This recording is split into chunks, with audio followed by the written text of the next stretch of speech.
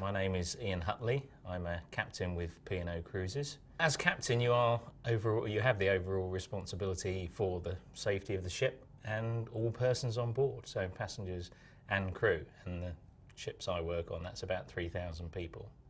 We are worldwide cruising, so really we're cruising out of Southampton in the summer season, around the Mediterranean, the Canaries, up the Baltic, Norway, across to Iceland and Greenland, which I've just been to recently.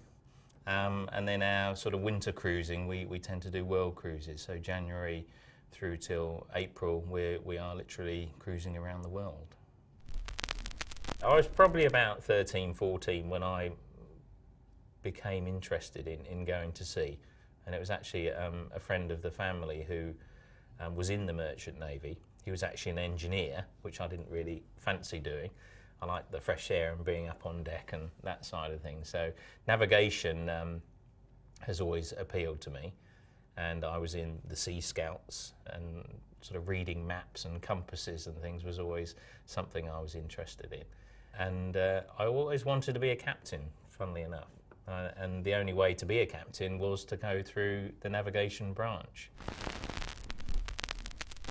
I did my O-levels, and at that time I could actually qualify and get into the Merchant Navy at 16. But personally, I decided to do A-levels because it was really as a fallback if it wasn't for me. I mean, it is quite a different career, that's for sure. And it's not going to suit everybody, but you've got to give it a go. And I gave it a go, and fortunately for me, it turned out to be the right choice. I did your training, your apprenticeship, if you like, your cadetship, is time at college and time at sea. So I was straight away, I was sponsored by P&O through my cadetship. So your cadetship there is about 3.5 years.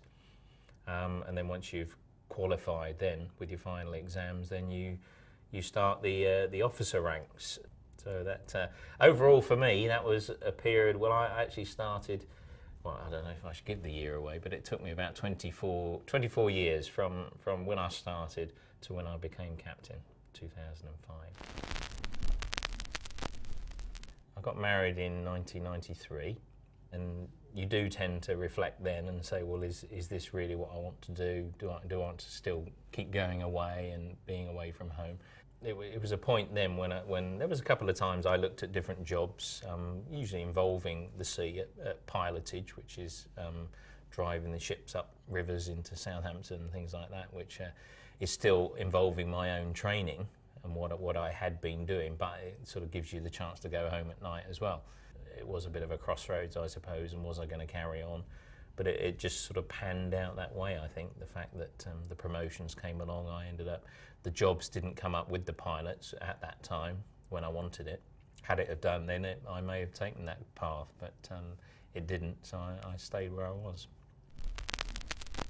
Yeah, although there's some hard times along the way, and the difficulties that I mentioned about being away from home is something I understood at the beginning, and I knew it wouldn't be easy, and it doesn't get any easier. It doesn't get any easier going away from your family.